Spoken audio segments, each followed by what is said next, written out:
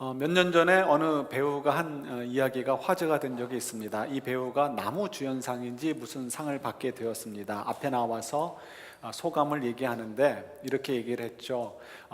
자기는 스텝이나 다른 동료 배우들이 만들어 놓은 밥상 위에 숟가락을 하나 얹은 것엔 지나지 않습니다. 이런 식으로 얘기를 했던 것 같습니다. 그래서 그 말이 참 이렇게 화제가 됐던 적이 있습니다. 참 그 배우는 훌륭한 배우다라고 생각을 합니다. 어떤 영화도 주연 배우에 의해서만 만들어지는 영화는 없습니다. 주연 배우가 역할을 잘 해야 되지만 시나리오도 중요하고 로케이션을 헌팅하는 것도 중요하고 그밖에 조명이나 모든 것들이 다 중요하고요. 심지어는 지나가는 엑스트라 배우의 역할도 중요합니다. 그래서 이렇게 나는 다른 사람들이 다 해놓은 것에 밥숟가락을 올려놓은 것에 지나지 않습니다라고 하는 것이 사실은 그것이 맞는 얘기라고 얘기할 수 있고요. 그런 자세에 있는 배우가 얼마나 훌륭한 배우인가, 다른 사람을 생각할 줄 아는 그런 귀한 분이다라는 것을 생각을 하게 됩니다. 그런 분들이 있는 촬영 현장과 그러지 않고 자기의 그 성공에 취해서 자기만 잘난 것처럼 생각돼서 자기만 특별한 대우를 받으려고 하는, 그래서 모든 스텝이나 동료 배우들은 전부 다 자기를 위해 맞춰줘야 된다고 생각하는 그런 스타 의식에 빠져 있는 배우가 있는 촬영 현장은 전혀 다를 수밖에 없다는 것을 저희들이 압니다.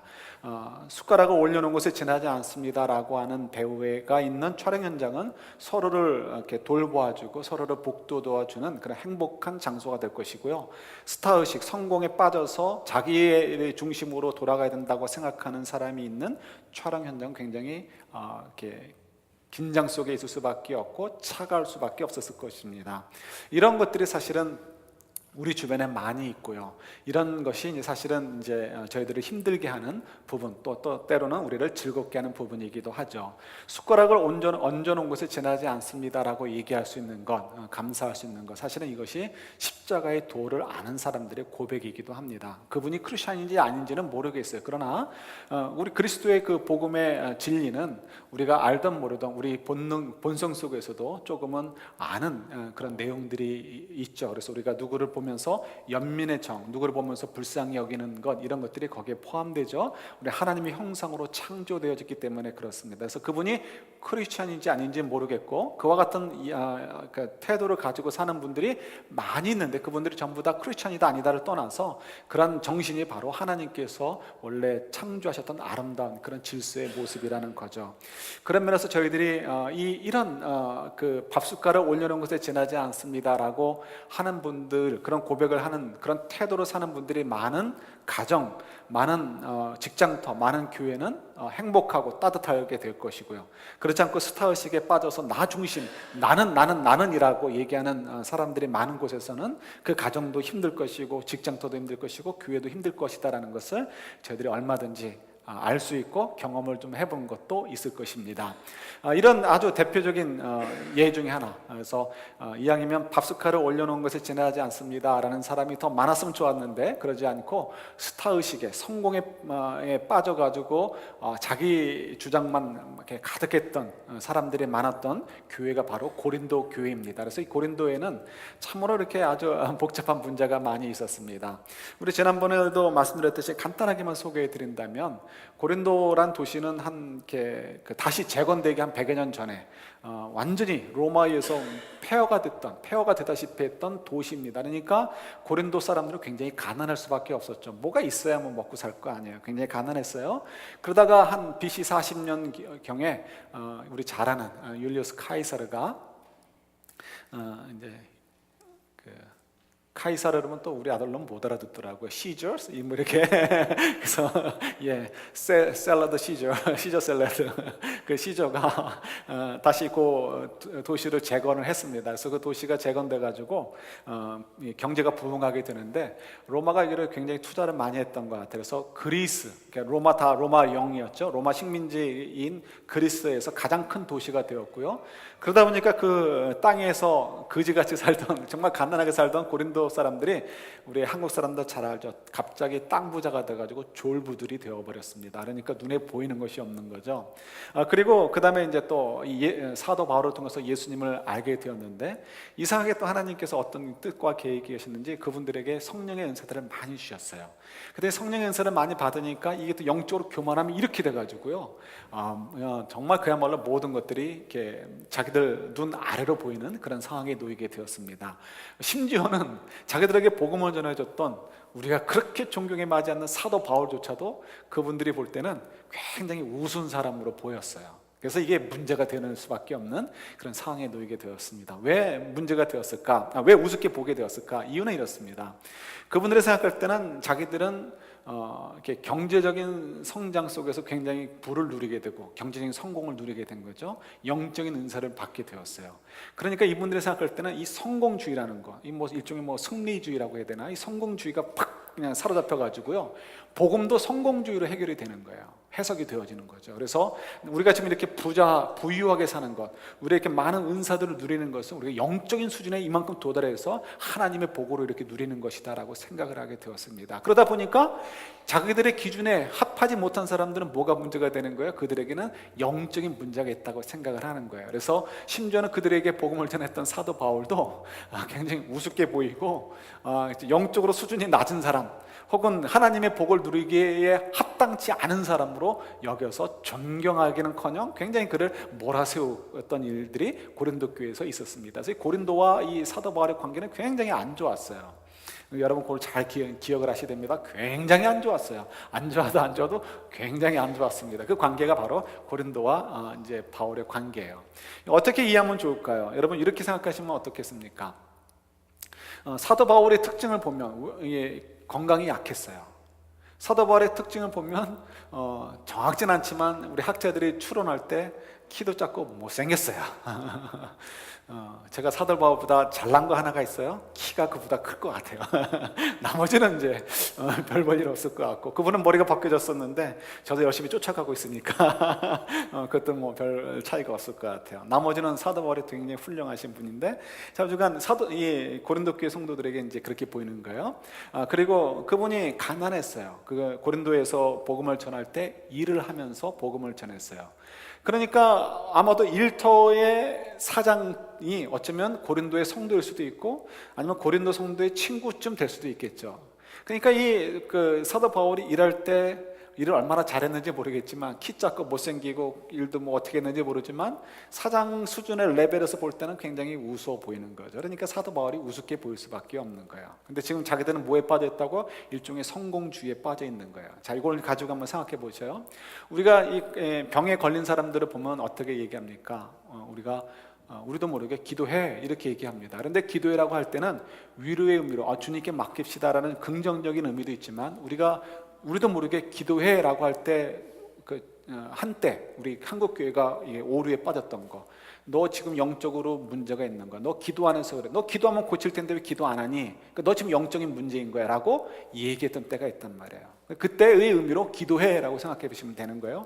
경제적으로 너무 어려워요, 지금 막 비즈니스가 너무 안 돼, 그때 우리도 모르게 그냥 쉽게 기도해 이렇게 얘기하는 것, 이건 굉장히 조심해야 되는 거죠. 왜? 다 성공주의에 빠졌기 때문에. 부부간에 지금 너무 갈등이 심해요. 그런데 이 부부간에 갈등이 심한 사람에게 기도해, 네가 기도 안 해서 그래, 기도하면 되는데 왜 기도 안 해? 맞아요, 기도해야 되는데 이때 기도하자는 것과 기도해라고 하는 것과는 차이가 있는 거죠. 기도해야 할 때는, 다시 말씀드린다면, 성공주의에 의거하다 보면 너는 지금 뭔가 문제가 있어서 하나님의 복을 못 받는 거고, 뭐가 문제가 있기 때문에 네가 지금 병에 걸린 거고, 뭐가 문제가 있기 때문에 하나님 너에게 비즈니스가 안 되게 하신 거야. 그러니까 기도해. 그래서 너 영적인 문제를 프로브럼을 해결해야 돼. 이런 식으로 하는 것, 우리 한국교회에서 한때 이런 것이 정말 이렇게 너무 만연했을 때가 있었잖아요. 지금 고린도 교회가 지금 그런 거예요. 사실은 그 부부간의 문제가 뭐가 있는지 그 뒤 스토리가 모르고, 비즈니스가 왜 어려워졌는지 그 비하인드 스토리 우리가 모르는 상태에서, 그가 왜 건강에 문제가 생겼는지 우리 모르는 상태에서 우리가 어떻게 함부로 기도해?라고 하면서 네가 기도 안 해서 그런 거야라고 얘기할 수 있겠어요? 하나님이 일부러 선물로 은혜로 주신 것일 수도 있는데, 그죠? 사도 바울에게 가시를 준 것처럼 은혜로 주신 것일 수 있는데, 그에게 더 큰 하나님의 놀라운 은총을 누리도록 하기 위해서 비즈니스를 좀 어렵게 하실 수도 있는 것이고, 더 큰 이게 사랑으로 깊이 성장하도록 부부간의 싸움을 일으킬 수도 있는 건데, 우리가 뭘 안다고 그렇게 함부로 얘기하겠어요, 그죠? 이제 그런 면에서 이제 지금 우리가 충분히 이해할 수 있는데, 그런 이해를 가지고 고린도 교회 성도들을 보자 이거예요. 지금 고린도 교회 성도들은 지금 거기에 빠져 있는 거예요. 그러니까 지금 사도 바울이 왜 도대체 자기들 때문에 고난을 받고 있음에도 불구하고 그거를 모르고요, 왜 도대체 고린도에 와서 이렇게 찌질하게 살고 병도 있고 그리고 뭐 별로 은사도 없어 보이고, 고린도에서 이 바울이 마치 암행어사처럼 자기의 은사들을 참 많이 감추었던 것 같아요. 그러니까 은사도 없어 보이고 키도 작고 건강하지도 않고 못생겼지, 거기다 가난하게 일도 찌질하게 하지, 어디 가서 그냥 우리 선생이라고 얘기하기 창피할 정도로 그렇게 살지. 그러니까 이 성공주의에 빠졌던 고린도 교회 사람들은 이 사도 바울이 뭐가 문제가 있는 거예요? 자기들처럼 기도 안 해서, 자기들처럼 하나님의 축복을 못 누리는 거다라고 판단해버리고 사도 바울을 이렇게 곤란하게 구석으로 자꾸 몰아갔던 것이 바로 고린도 교회 성도들이에요. 그래서 사도 바울이 얘기를 하는 거죠. 이제 교훈을 주려고 하는 거예요. 그들이 그렇게 살아가지고는 안 되니까, 자기를 몰라주고 자기를 자존심 상하게 했으니까 안 된다, 그게 아니고요, 그들이 정말 복음의 진수, 복음의 진짜 의미가 뭔지를 모르기 때문에 사도 바울이 그들에게 아주 정색을 하고 교훈을 하는 것이 고린도 전후서의 내용입니다. 그래서 사도 바울이 얘기하는 거죠. 너희들이 지금 가지고 있는 그 성공주의적인 신앙, 이건 잘못된 거야. 우리는 진짜 복음은 십자가에 도에 있단다 해서 사도 바울이 그걸 계속해서 강조하고 있는 것을 보게 됩니다. 그래서 고린도전서 1장에서부터 계속해서 강조하는 거, 십자가에도 십자가에도 십자가에도, 난 너희들에게 십자가에서 돌아가신 예수 그리스도 외에는 어떤 것도 자랑하지 않고 어떤 것도 얘기하지 않지 않았느냐 하면서 십자가의 도를 자꾸 강조하고 있는 것을 보게 되죠. 십자가의 도, 십자가의 도, 그게 뭘까? 우리 예수님의 그 십자가의 은혜로 우리가 구원받고 하나님의 자녀가 되었고, 그리고 예수님처럼 그 십자가를 지는 삶, 그래서 우리가 그리스도의 십자가를 지는 인생을 살아야 된다라고 얘기를 합니다. 이건 단순히 고난받는 삶을 살아야 된다가 아니고 이제 목적이 있는 의미가 되는 거죠. 그래서 우리가 이 부분을 좀 잘 이해했으면 좋겠습니다. 그래서 오늘 본문에 사도 바울이 이렇게 얘기했죠. 너희들이 받은 것이 아니고 너희들이 스스로 얻은 것이라면 너희들이 자랑해도 된다는 거예요. 근데 너희들이 가지고 있는 것 가운데 어느 것이 받지 않은 것이 있냐는 거예요. 근데 너희들이 어떻게 자랑하겠느냐라고 얘기해요. 자, 이 얘기 뭐냐면 좀 더 쉽게 설명하면 이렇게 얘기할 수 있습니다. 우리 에베소서 2장에 보면 이런 말씀이 있어요. 우리가 행위로 구원을 얻지 않고 믿음으로 구원을 얻는다. 그런데 그 믿음은 하나님께서 은혜로 선물로 주셨지 우리의 어떤 공로로 얻은 것이 아니다. 그래서 하나님께서 어느 누구도 이 구원의 문제 때문에 자랑하도록 하지 못하게 하셨다는 말씀이 있습니다. 그것이 에베소 2장의 말씀이죠. 우리는 믿음으로 구원을 얻어요. 근데 우리가 영어식으로 자꾸 생각해서 I did.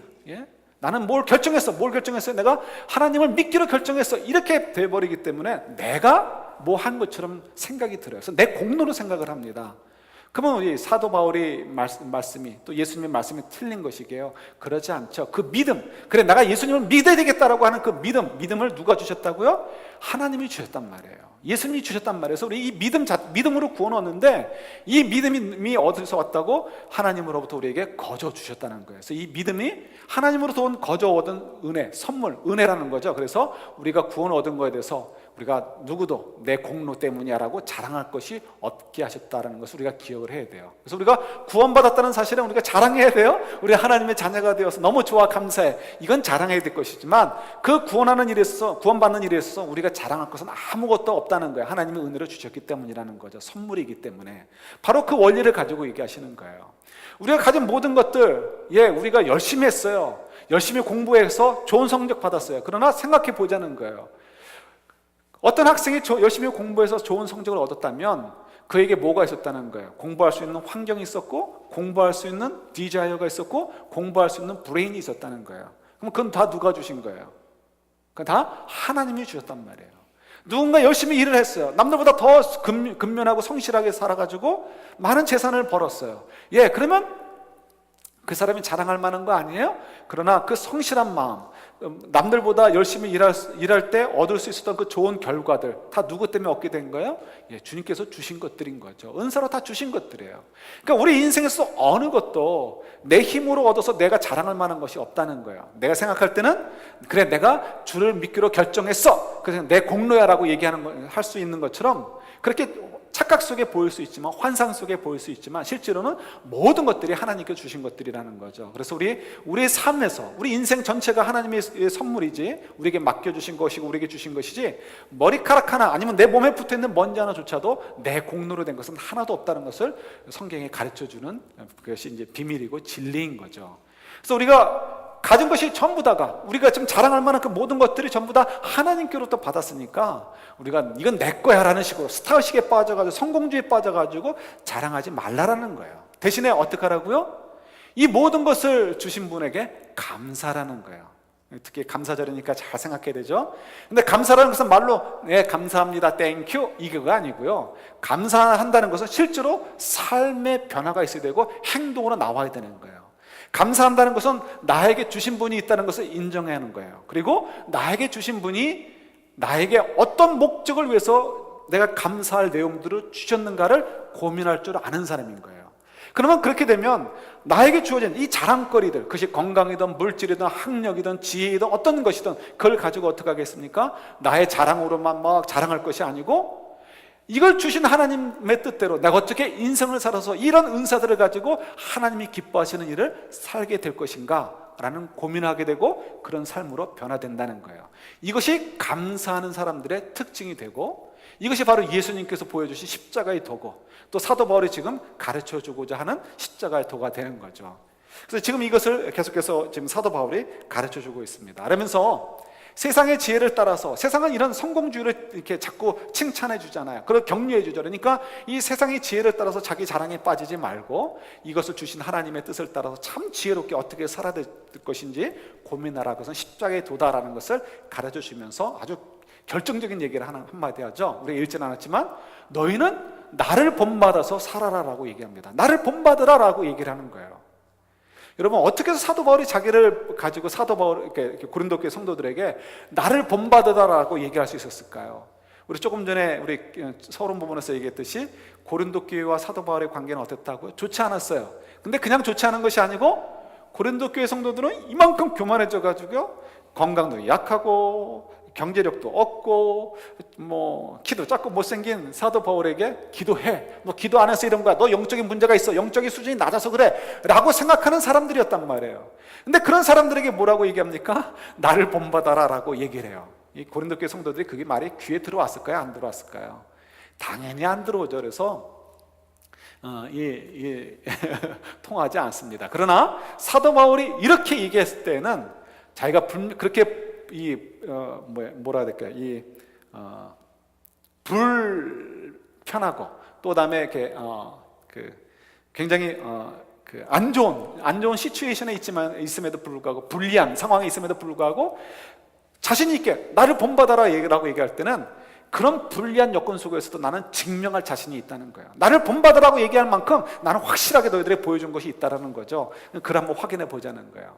그럼 과연 사도 바울이 얘기하는 그 나를 본받으라고 얘기하는 거, 정말 그가 그렇게 모든 면에서 자신이 있어서 것일까라고 한다면 그건 오해죠. 사도 바울은 저희들이 생각할 때는 사도 그러니까 이렇게 높여 올려보지만, 우리가 눈앞에 있으면 우리가 깎아내리기 시작을 하잖아요. 사도 바울을 보고 있는 고린도 교회 성도들은 얼마나 그를 깎아내렸었습니까? 사도 바울을 향해서 고린도 교회 성도들이 가지고 있었던 그 불편한 사실을 덮고라도 사도 바울이 스스로 고백한 이야기가 있죠. 전 너무너무 감사한 이야기인데, 로마서 7장과 8장의 이야기입니다. 로마서 7장에서 그가 얘기한 것이 얼마나 감사한지, 그러니까 우리 마음에 참 자유를 얻을 수 있고요, 그 다음에 문제만 일으킨 것이 아니고 8장에 가서 답을 해주니까 너무 고맙고 감사한 거죠. 로마서 7장을 우리가 이해하고 사도 바울의 말씀을 이해한다면, 이제 목사라고 해서 할 필요도 없고요, 장로라고 해서 아닌 척, 신앙 좋은 척, 권사라고 해서 신앙 좋은 척 할 필요 없다라는 거예요. 왜요? 사도 바울도 뭐라고 로마서 7장에서 얘기하죠? 나는 정말 소망이 없는 자라는 거예요. 나는 정말 신앙이고 뭐고 없는 자라는 거예요. 그러니까 뭐라고 얘기하냐면 이렇게 얘기하는 거죠. 나는 정말 열심히 신앙생활을 했어요. 신앙생활을 했는데 어느 날 나를 돌아보니까 내가 정말 가르치고 나는 이렇게 살아야 되겠다, 이것이 하나님이 기뻐하시는 일이야 라고 생각했던 대로 나는 살고 있지 않다는 것을 발견하게 된 거예요. 그리고 반대로 이렇게 해서는 안 돼, 이건 정말 나는 헤이트해 했던 것들을 내가 지금 하고 있는 것을 발견하게 되는 거예요. 그냥 가슴이 철렁한 거죠. 아니 내가 이거 어떻게 된 건가, 어떻게 된 건가. 근데 가만히 보니까 자기가 노력한다고 되는 것도 아니고 자기가 애를 쓴다고 되는 것도 아니라는 것을 발견하게 되었어요. 야, 정말 나는 정말 하나님이 기뻐하시는 만한 일, 내가 정말 원하는 그 일을 하고 싶지만 할 수 있는 능력이 없고 오히려 내가 정말 미워하고 사단이 기뻐하는 일들을 할 수밖에 없는 존재이구나 하는 것을 고백하게 되는 거죠. 아니, 얼마나 큰 죄를 졌기 때문에, 여러분 그냥 우리 잘 얘기하는 산상수훈만 기억하셔도 좋아요. 한쪽 뺨 맞으면 다른 쪽 뺨 갖다 대라 했는데 사도 바울은 욱하는 성격이 있었어요. 그래서 사도 바울 건드렸다간 큰일 날 사람이었는데 성경을 보면 그런 분이에요. 그러니까 아마도 싸움 박제를 많이 하고 다녔어요. 그러니까 한쪽 뺨 맞으면 다른 쪽 뺨 갖다 대라고 했던 예수님 말씀을 잘 충분히 충실하게 섬기지 못했죠. 왜 사도 바울만 그러겠어요? 우리들도 마찬가지인 거죠. 우리가 얼마나 교만하고 얼마나 우리가 정말 어리석습니까? 그 속에서 우리가 헤매면서 살지 못하는 거예요. 벗어나오지 못하는 거예요. 내 마음으로는 분명히 이거 옳지 않아라고 하면서도 내 감정이 이걸 허용하지 않아요. 그러니까 자꾸 억지를 부려가지고 이거를 풀어버리지 못하는 삶, 이게 우리들의 삶이고 사도 바울의 삶인 거죠. 그러니까 사도 바울이 얘기하는 것을 우리가 충분히 이해할 수 있고요. 나는 아니요라고 하는 분이 있다면 그는 아직 성령 세례를 받지 못한 분이라고 밖에는 얘기가 안 돼요. 그건 다른 방법이 없습니다. 다르게 설명할 방법이 없어요. 그래서 우리 모두가 아는 거죠. 그러니까 사도 바울도 얘기하는 거예요. 나는 오라 공고한 자로다. 그걸로 끝났으면 우리도 괴로운데 8장에서 얘기하죠. 근데 하나님의 은혜, 예수 그리스도의 은혜로 내가 정말 그 안타까운 상황에서 건짐을 받아서 그래도 그 은혜로 내가 살고 있구나 하는 것 때문에 하나님이 감사하는 고백을 하는 것을 우리가 보게 되죠. 그래서 우리도 휴, 다행이다 이렇게 얘기할 수 있게 되는 거예요. 그러니까 사도 바울이 적어도 자기 스스로 고백한 로마서 7장의 말씀만 보더라도 사도 바울이 지금 나를 본받으라 라고 할 때는 모든 면에서 자신이 있다는 것은 아니라는 것을 알 수 있어요. 우리가 아까 독서 얘기도 했지만 우리가 책을 볼 때는 항상 주제를 떠나서 생각하지 않도록 우리가 조심해야 되는 거죠. 성경도 마찬가지고 대화도 마찬가지예요. 우리가 무슨 대화를 나누는데 자꾸 다른 얘기로 쭉쭉 뻗어가면 얘기가 진전이 되지 않습니다. 마찬가지, 지금 사도 바울과 고린도 교회 성도들의 대화도 마찬가지예요. 지금 다른 얘기 막 왔다 갔다 하는 게 아니고 뭘 가지고 얘기한다고요? 십자가의 도, 예수 그리스도의 십자가에서 죽으신 예수 그리스도를 본받자, 바로 그걸 지금 얘기하고 있는 거예요. 그래서 그 그리스도를 본받은 나를 너희들도 본받아라가 이제 고린도전서 11장 1절에도 또 기록되어 있는 거죠. 그래서 나를 본받으라라는 얘기가 바로 거기 있는 거예요. 그러니까 적어도 다른 것은 아니고 나를 본받아라 할 때 십자가의 도를 따라 사는 나를 본받아라. 내가 너희들에게 지금 십자가의 도를 따라 살아라라고 지금 계속해서 강조하고 있는데 이것만큼 내가 너희들에게 증명해 줄 자신이 있다 이거예요. 내가 지금 불리한 여건이지만 너희들이 나를 업신여기고 나를 우습게 여겨도 나는 이것만큼 너희들에게 자신 있게 얘기할 수 있다는 거죠. 그걸 한번 좀 확인해 보는 거예요. 성경을 보면 사도 바울이 몇 번에 걸쳐서 자기를 증명하는 문제를 가지고 이렇게 이슈가 됐던 것이 있습니다. 근데 그 나쁜 이슈만이 아니고 좋은 의미에서도 이슈가 된 적이 있죠. 예를 들어서 빌립보서 보세요. 빌립보서 보면은 여러분 많이 아시죠? 무슨 단어가 반복이 많아요? 기뻐하라. 그래서 빌립보서를 한마디로 얘기하면 내가 기뻐하니 너희도 기뻐하라. 사도 바울이 얘기하는 건 내가 기뻐하니 빌립보 교회 성도들이여 너희도 기뻐하라. 이것이 빌립보서의 중요한 주제 중에 하나이기도 합니다. 이 기뻐하라. 그래서 이거는 이제 이렇게 좀 번역을 조금 바꿔서 행복하라. 그래서 우리가 교회가 행복한 사람들, 그리스도 안에 있기 때문에 행복하다라는 거이기 때문에 이제 우리 모토로 삼기도 하는 거죠. 바로 그거예요. 근데 지금 이 빌립보 교회에 편지를 보낼 때 사도 바울이 어디서 편지를 쓰죠? 그럼 빌립보서, 고린도서 이런 거 다 편지죠. 그러니까 적어도 빌립보서 그러면 사도 바울은 어디에 있는 거예요? 빌립보에는 없는 거예요. 고린도서 그러면 사도 바울은 어디에는 없는 거예요? 고린도에는 없는 거예요. 그래서 빌립보서는 로마 교도소에서 쓴 거예요. 로마에서 쓴 거고 고린도서는 에베소에서 쓴 것입니다. 그래서 로마에서 빌립보서를 썼는데 사도 바울이 로마에 어디 있었어요? 좋은 테라스가 있는 좋은 집 아니고 교도소에 있었단 말이에요. 교도소에 갇혀 있었어요. 근데 이 교도소에 갇혀 있는데 상황이 좋지가 않아요. 그래서 사도 바울이 뭐라고 표현하냐면 1장에서 내가 죽어서 주님께로 갈지 아니면 풀려나서 여러분들을 또 만나게 될지 모르겠습니다 라고, 내가 죽을지 살지 잘 모르겠습니다 라고 고백하는 것이 나와 있습니다. 그러니까 상황이 굉장히 안 좋은 거예요. 적어도 빌립보서 편지를 썼을 때. 그런데 이제 뭐라고 얘기합니까?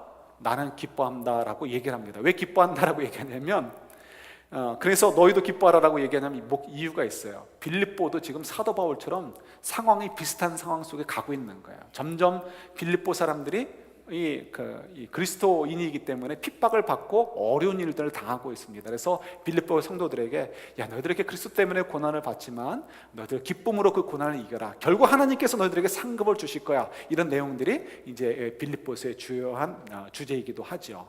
그래서 이제 너희들 고난 속에서 슬퍼하지 말고 주눅들지 말고 기뻐해라. 나도 기뻐한다. 난 너희들보다 더 큰 감옥에 있는데 나도 기뻐하니까 너희도 기뻐하라라고 얘기하는 거예요. 자, 그런 상황에서 여러분 보세요. 그래도 암만 해도 지금 자유인이고 빌립보는 지금 빌립보 성도들도 좀 이렇게 경제적으로 괜찮았던 것 같아서 계속해서 끊임없이 사도 바울을 향해서 선교비를 도와줬던 교회가 빌립보 교회이기도 합니다. 그래서 이 빌립보 교회가 어쨌든 간에 상황이 좋단 말이에요. 아무리 안 좋아졌다 해도. 그런 상황에서 이 사도 바울이 나는 행복하니 너희도 행복하라고 얘기할 때 나는 행복하다라는 그 말이 동의가 됐을까요? 안 됐을까요? 한번 생각해 보셔요. 그때 사도 바울인데 정말 진짜겠지. 이건 우리가 좀 선입견을 갖고 하는 얘기고요. 사도 바울도 똑같은 성정을 가진 사람이란 말이에요. 그가 정말 교도소에서 죽을 둥 살 둥 모르는 상황에서 나는 기뻐한다, 나는 행복한다라고 얘기하면서 너희도 행복하라고 얘기할 때 그 말이 정말 귀에 들어왔을까요? 근데 빌립보 교회 성도들은 사도 바울의 말이 진짜라는 것에 억울해할 수 있었어요. 예, 사도 바울이 증명할 수 있었어요. 왜 그럴까요? 우리 사도행전 16장에 보면 사도 바울이 빌립보에서 처음에 전도를 할 때 전도하는 과정에서 교도소, 그러니까 그 빌립보라는 도시에 있는 조그만 교도소에 갇히게 되었습니다. 어쩌면 경찰서에 있는 유치장 같은 곳에 갇혔는지도 모르겠어요. 그때 어떤 일이 벌어졌는지 잘 아시죠? 착고가 풀리고 문이 열리면서 이 바울이 풀려나는 일들이 벌어지게 되죠. 그때 그걸 알고서 자결하려고 했던 간수가 사도 바울을 보고 은혜를 받아서 본어게나는 이렇게 예수님을 믿게 되는 사건이 벌어지게 되죠. 그러니 그분이 얼마나 밖에 나가서 떠들었겠어요. 야, 사도 바울 이런 분이다. 이분이 믿던 믿음은 이런 거다. 예수는 이런 분이다라고 얼마나 떠들었겠어요. 그때 떠들었을 때 그 떠든 때문에 이 빌립보 교회가 정말 사도 바울에게 감동이 되어지고 많이 그리스도로 오게 되었고요. 그래서 그것 때문에 사도 바울을 굉장히 존경하는 그런 교회가 되었죠. 그럼 그 떠드는 거 얘기 가운데는 붙어있는 얘기가 있어요. 뭐 어떤 얘기일까요? 처음에 사도 바울이 교도소에 들어와서 어떤 일을 했냐는 거예요. 하나님 어떻게 제가 복음을 전하다 이렇게 어려운 일을 당하게 됐습니까? 하나님 어디 계셨습니까? 하나님 도대체 뭐 하시는 것입니까?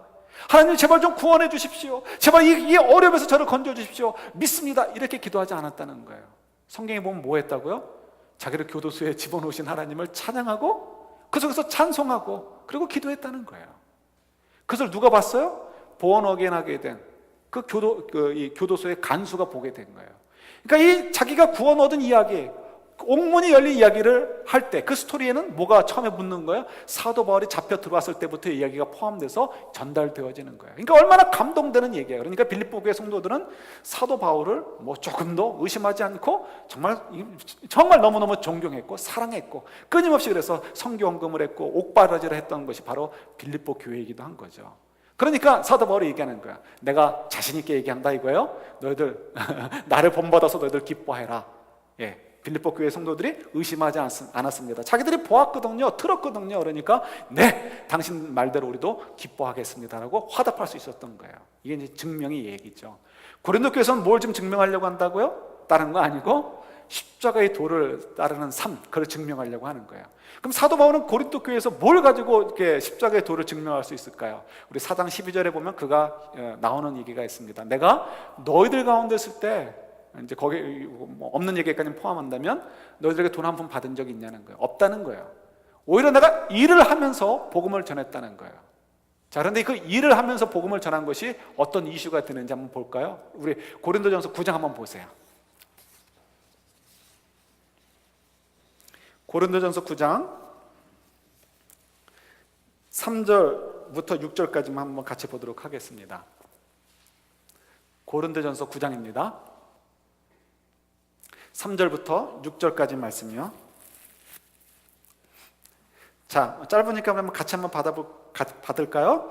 나를 비판하는 자들에게 변명할 것이 이것이니 우리가 먹고 마실 권리가 없겠느냐? 우리가 다른 사도들과 주의 형제들과 게바와 같이 믿음의 자매된 아내를 데리고 다닐 권리가 없겠느냐? 어찌 나와 바나바만 일하지 아니할 권리가 없겠느냐. 14절 보세요. 14절도 미리 읽을게요. 같이 읽겠습니다. 이와 같이 주께서도 복음 전하는 자들이 복음으로 말미암아 살리라 명하셨느니라. 아멘. 자, 여기 보시면 3절에 보면 나를 비판하는 자들에게 변명할 것이 이것이니, 이게 비판을 받고 있다는 거예요. 그래서 변명하는 것이 뭐냐면 나도 일하지 않고 복음만 전할 수 있는, 일하지 않고 목회에만 전념할 수 있는 권리가 있다는 거예요. 그러니까 이 비판이 뭐였다는 것을 우리가 추론해서 알 수 있죠. 지금 이 고린도 교회 성도들은 성공주의에 빠져 있단 말이에요. 그래서 일하면서 찌질하게 사는 사도 바울이 자기들 때문에 이렇게 고난을 받는다, 수고를 한다라고 생각하지 않고요, 받을 자격이 없기 때문에, 정식 선교사가 아니기 때문에, 정식 사도가 아니기 때문에 뭔가 캥기는 것이 있으니까 지가 알아서 일하면서 우리들에게 생활비를 요구하지 않고 지금 목회를 하고 복음을 전한다라고 생각을 한 거예요. 그러면서 지가 알아서, 그러니까 뭐야, 못난 부분이 있으니까 그러는 거다 하니까 이 못난 부분 못난 놈 하면서 이 바울을 비판했다는 거예요. 이제 정색을 하면서 사도 바울이 얘기하는 거죠. 내가 정말 다른 사도들처럼 그럴 자격이 없겠느냐는 거예요. 당연히 자격이 있다는 거예요. 베드로죠. 베드로처럼 나도 사랑하는 아내를 데리고 같이 전도 여행을 다닐 수 있다는 거예요. 그리고 그러면서 너희들에게 이렇게 선교비를 받아가지고 생활할 수 있다는 거예요. 그럼에도 불구하고 내가 이렇게 하지 않은 이유가 뭐겠냐는 거예요. 생각 좀 해보라는 거죠. 그러면서 우리 좀 전에 그때 14절 내용도 보셔요. 주님께서도 복음 전하는 자들이 복음으로 말미암아 살리라 명하셨느니라. 마태복음 10장에 있는 말씀과 연결해서 얘기하시는 거죠. 예수님께서 말씀하시죠. 너희들 어디 갈 때 전대 차고 가지 말라라는 거예요. 일하지 말라라는 거죠. 대신 가면 남의 어느 집에 가면 너희들을 받아들이는 집에 들어가면서 그들이 주는 것으로 먹고 마시고 살면서 그 동네에 복음을 전하다가 말씀을 가르치다가 또 다른 곳으로 이동하라라고 이렇게 하는 예수님께서 명령을 내리셨죠.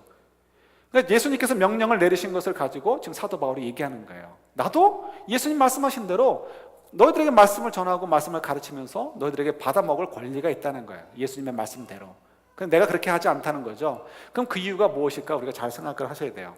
여러분, 이것을 우리가 만약에 예루살렘 성에 있던 그 일종의 근본주의자들처럼 말씀은 이 토시를 가지고 해야 된다라고 하는 식으로 시비를 건다면 사도 바울은 이거 가지고 변명할 거리가 없어요. 그냥 그는 잘려나갈 사람입니다. 예수님의 말씀에도 순종하지 않는 사람이, 그것도 사도의 직분으로서 사도로서 당연히 지켜야 될 것을 지키지 않는 사람이 어떻게 예수의 복음을 전할 수 있단 말이냐, 너는 이단이다 이렇게 내쫓는다면 할 말이 없는 거예요. 이게 사실 근본주의가 이렇게 말씀을 토시를 가지고 얘기하려는 게 참 문제가 있어요. 조심스러워야 돼요. 그분들을 통째로 매도하려는 건 아니고 조심해야 돼요. 왜냐하면 항상 말씀은 말씀의 의미를 가지고 얘기를 해야 되는 거죠. 이건 이제 우리가 좀 이해하는 것이 필요해요. 유대 땅에서, 지금 예수님께서 말씀하실 때는 유대 땅 안에서 벌어지는 세팅 속에서 이루어지는 일입니다. 유대 사람들은 이렇게 말씀을 전하는 선지자나 교사들에 대해서 어떻게 해요? 자기 집을 개방하고 그들을 먹여 살리는 것이 익숙합니다. 그래서 엘리야나 엘리사의 이야기들을 봐도 그런 일들이 벌어지죠. 그래서 유대인들에게 그 너무나 익숙한 거예요. 그러니까 유대 땅에서, 지금 예수님은 예수님의 제자들에게 유대 땅에서 복음을 전할 때 이 말씀을 주신 거예요. 그래서 유대 땅에 다닐 때는 먹을 것 가지고 걱정하지 않아도 되는 거예요. 가난하더라도 빵 한 조각 가지고 한 끼 먹고 견디는 한이 있어도 어쨌든 재워줄 곳이 있고, 어쨌든 말씀을 전할 때, 가르칠 때 도와주려는 사람들이 있단 말이에요. 그래서 그걸 가지고 얘기하시는 거예요. 그리고 이 복음을 전할 때 그 공개를 받는 것, 생활비를 받는 것 때문에 누가 저 사람이 예수의 복음을 전해서 먹고 살려고 한다라고 누구도 오해하지 않는단 말이에요. 그런 세팅 속에서 얘기를 하고 있는 거죠. 그러나 지금 사도 바울은 유대 땅의 세팅이 아니고 다른 그리스 지역 혹은 또 다른 로마 제국 속에서, 세팅 속에서 일을 하고 있어요. 그 지역 속에서는 어떤 일들이 벌어집니까? 사도 바울이 복음을 전할 때 공원 같은 데서 복음을 전했어요. 공원엔 누구들이 많이 있었죠? 철학자들이 많았죠. 철학자들, 소크라테스나 플라톤이나 아리스토텔레스 이런 분들이야 그곳에서 얘기 안 했을지 모르지만 얼마나 많은 철학자들이 이렇게 많이 있었단 말이에요. 그때 당시에는. 그래서 그 사람들은 열심히 자기 철학을 연구하다가 옳거니 깨달음을 가지면 어떻게 해요? 공원으로 나가는 거예요. 왜요? 사람들이 많으니까. 그러면 어디 높은 데 서가지고는 내가 깨달음 봐 하면서 주절주절 개똥 철학을 막 울푸는 거예요. 그러면 사람들이 들어요. 그때 당시에는 TV가 있어요, 책이 많아요, 뭐가 있어요. 그러니까 누가 얘기하면 재밌게 듣는 거죠. 그러다 고개를 끄덕거리면서 그렇듯하다 그러면 박수 쳐주고 어떻게 해요? 동전을 꺼내서 그 앞에 던져놓는 거예요. 그러면 그 사람은, 철학자는 그걸 모아가지고 주머니에 넣어가지고 그걸 가지고 먹고 사는 거예요. 이것이 당시에 그리스 시대 당시 사람들의 많은 철학자들의 삶의 형태였습니다. 그러니까 개똥 철학이 굉장히 많았고 그런 철학자들이 그렇게 먹고 살았던 거죠. 자, 사도 바울이 가서 복음을 전해요. 사도 바울이 예수의 복음을 전합니다. 지금 그리스 사람들은 그를 뭐로 듣게 되는 거예요? 많은 개똥 철학 가운데 하나로 듣게 되는 거예요. 그리고 만약 사도 바울이 거기서 그 철학을 전하고 당장 그들에게 이제 본어게인 시킨 다음에 교회를 만들고 생활비 내놓아라 하면 뭐가 되는 거예요? 그들의 눈에는 여전히 그가 전한 복음도 철학 가운데 하나로밖에 보이지 않고, 또 그도 역시 많은 철학자들 가운데 한 사람처럼 그저 자기 철학을 팔아가지고 먹고 사는 사람이 지나지 않는구나, 이렇게 오해하기 십상인 거죠. 사도 바울이 예수님의 말씀, 어딜 가서나 일하지 말고 복음을 전하는 데만 집중해라라고 했던 것을 어기려고 어긴 것이 아니고 예수님 말씀은 오히려 잘 순종한 거죠. 예수님 그렇게 말씀하신 것은 복음을 좀 더 유대 땅에서는 이렇게 해야 잘 전할 것이다 라고 해서 그렇게 요구하신 거고, 사도 바울은 그 말씀을 잘 이해해서 그리스 땅이나 로마 땅에 가서는 이렇게 전하는 것이 더 복음을 효과적으로 전할 수 있다라고 해서 그렇게 전하는 거예요. 그래서 이 사도 바울이 빌립보 같은 데는 달라요. 그를 존경해주고 그의 본 의를 잘 아니까 그렇게 하지 않았지만, 특히 고린도 교회 같은 데 갑자기 부자가 돼가지고 돈에 그냥 굉장히 민감한 사람들에게는 내가 돈 요구했다가 내 분명히 또 개똥 철학자를 알겠지 해서 그렇게 하지 않고요, 자기가 일하면서 복음을 전했다는 거예요. 자, 이해가 되셔요? 그러니까 사도 바울이 좀 담대하게 얘기하는 거죠. 내가 왜 권리가 없느냐? 나도 당연히 너희들에게 아내까지 데리고 와서 우리를 먹이라라고 할 권리가 있고 그러니까 나를 책임져야 될 의무가 너희들에게 있다는 거예요.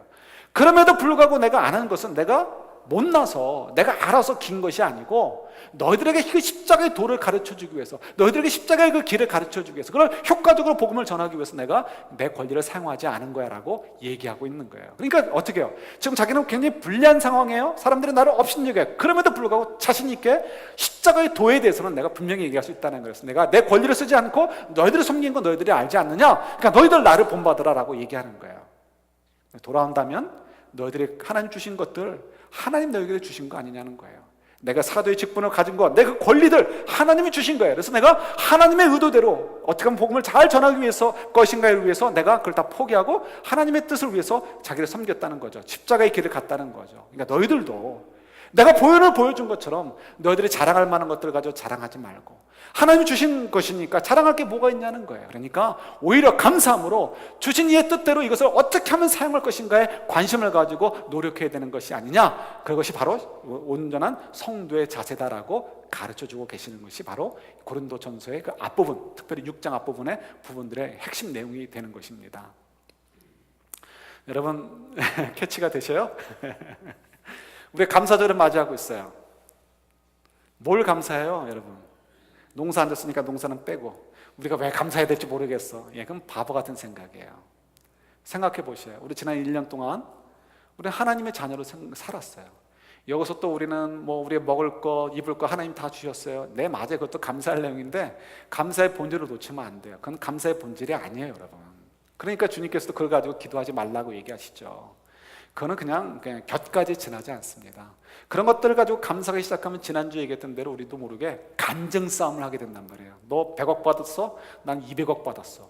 간증 싸움이 되는 거예요. 그러면 100억 받은 사람이 200억 받은 사람에게 내가 하나님 은혜 감사 이런 얘기 못 하는 거예요. 오히려 왜 쟤는 200억 주고 나는 100억 밖에 안 줘요? 이거 섭섭한 밖에 없는 거예요. 그리고 서로 다툼밖에 없는 거예요. 그죠? 이게 간증 싸움 할 게 아니란 말이에요. 마찬가지예요. 우리 지난 한 해 동안 감사할 게 뭐가 있습니까? 하나님 먹여주신 거, 좋은 차 주시고 좋은 집 주시고 그런 것도 다 감사의 내용이지만 격가지라는 거예요. 진짜 감사한 건 뭐예요? 지난 한 해 동안에도 하나님 모든 걸 나에게 주셨어요. 내 지난 한 해 동안에 1년의 시간들 동안에 살아왔던 그 모든 것들은 다 주님이 주신 거예요. 심지어 내가 열심히 땀 흘려서 공부하고 땀 흘려서 일하는 것조차도 하나님 주신 선물이고 은혜예요. 그것 때문에 나는 그런 땀을 흘리고 공부하는 걸 통해서 하나님이 이 땅에 보내주신 목적대로 다른 사람들에게 유익을 주고 다른 사람들을 섬길 수 있었고 하나님 주신 그 은사들을 가지고 다른 사람들에게 유익을 줄 수 있었어요. 그러니까 그것이 감사한 거예요. 왜요? 결국 하늘나라에 상급을 쌓아둘 것이기 때문에 그런 것이죠. 하나님께서 나를 정말 구원해 주셔서 하나님의 자녀로 삼으시고 하나님께서 그 많은 은사들을 주시고 내 안에 성령을 통해서 그런 삶을 살도록 도와주시고 하니까 얼마나 감사해요. 그런 삶을 저희들이 살아야 된다는 거죠. 어떻게 하면 이런 삶을 살 수 있을 것인가? 어떻게 하면 이런 감사함을 살 수 있을 것인가? 쉬워요. 어느 아이가 있었습니다. 엄마는 신앙생활을 하는데 아빠는 신앙생활을 안 해요. 엄마가 언젠가 이 꼬마 아들에게 얘기를 합니다. 아들아, 하나님께서 옛날에 인간을 창조하셔서 그 사람의 이름이 아담과 하와야. 그래서 하나님께서 아담과 하와 이후에 이렇게 사람들을 계속 낳게 하셔가지고 우리는 아담과 하와의 후예야, 이렇게 얘기를 했습니다. 자손이야, 이렇게 얘기를 한 거죠. 또 며칠 있다가 아빠가 또 아들하고 얘기를 하다가 얘기를 합니다. 아들아, 이 원숭이 보이지? 이 원숭이가 사실은 우리들의 조상이란다. 이 원숭이가 뭐 오스트랄로피테쿠스 뭐 이런 게 돼가지고 그 다음에 이제 우리가 됐어. 우리 조상은 누구라고? 원숭이. 이렇게 끝났습니다. 애가 고민을 하는 거죠. 우리 조상은 원숭이에요, 아담이에요? 고민하다가 언젠가 엄마한테 물었습니다. 엄마, 아빠하고 엄마하고 얘기가 다른데 우리의 진짜 조상은 누구예요? 물었습니다. 여러분이라면 뭐라고 대답을 하시겠습니까? 엄마가 굉장히 지혜로웠던 것 같아요. 엄마가 대답을 합니다. 엄마 쪽 조상은 아담이고 아빠 쪽 조상은 원숭이야, 이렇게 얘기를 했다는 거예요. 아직도 이해가 안 되시면 집에 가서 생각해 보셔요. 우리는 사실 종자가 다른 거예요. 우리는 뭐 아담의 자손이다, 뭐 원숭이 자손이 아니다, 이런 차원이 아니고 하나님의 자녀들이에요. 우리 속엔 성령님이 계십니다. 그래서 사도 바울이 고린도에서 전서 1장에서부터 성령을 강조를 많이 하는데, 성령께서 우리에게 오셔서 우리에게 구원을 주셨고, 그리고 성령께서 우리 속에서 계속해서 말씀해 주시고 십자가의 도를 깨닫도록 해주셔요. 그러니까 저희들이 뭐 걱정하실 필요 없어요. 그저 여러분 거부하지 마시고 우리 속에 거하시는 성령의 음성에 귀 기울이십시오. 성령님께서 말씀이나 기도나 환경이나 또 교회를 통해서 우리에게 정말 너는 얼마나 감사할 존재인가를 가르쳐 주실 거예요. 그러면 그렇구나, 내 인생 전체가 정말 하나님께로부터 받은 것이구나. 그러니까 내가 자랑할 것이 아니고 정말 주신 하나님의 뜻대로 어떻게 하면 내가 살 것인가, 이거에 여러분들 관심을 갖게 자연스럽게 될 것이고요. 그러다 보면 정말 하나님이 정말 기뻐하시는 인생의 열매들을 맺는 그런 거룩한 인생들이 되는 거예요. 왜요? 무엇 때문에? 우리는 종자가 다르기 때문에. 우리의 종자는 성령의 인도하심을 받는 종자이기 때문에 그런 거예요. 우리 한 해를 마무리하면서 여러분 감사하는 거, 아까 얘기했듯이 다른 거 가지고 그것도 감사해야 돼요. 일용할 양식도 감사, 가시도 감사. 그러나 정말 감사해야 될 것, 본질적인 것, 우리는 여전히 하나님의 은혜 가운데 살고 있고 하나님의 자녀로 살고 있어요. 내 인생의 모든 것은 다 하나님이 주신 거예요. 그래서 지금 내 인생의 이 가시조차도, 힘든 순간들도 사도 바울이 얘기한 대로 기뻐하라는 거예요. 그저 결국 모든 것이 합력하여 어떻게 한다? 선을 이루게 하실 것이기 때문에 그래요. 여러분 기뻐하시고 감사할 수 있는 이 시즌, 그래서 우리가 가진 것들을 좀 자랑하지 말고 내 주장대로 하려고 하지 마시고 그저 자그마한 거, 우리 기프트 카드로서부터 시작해서 우리 이것들 좀 나누는 시간들을 통해서 우리가 다시 한번 진정한 감사의 삶을, 십자가의 도를 따르는 삶, 그런 삶을 좀 연습하고 훈련해가고 고백해 가는 복된 시즌이 될 수 있기를 우리 주님의 이름으로 축원합니다. 아멘.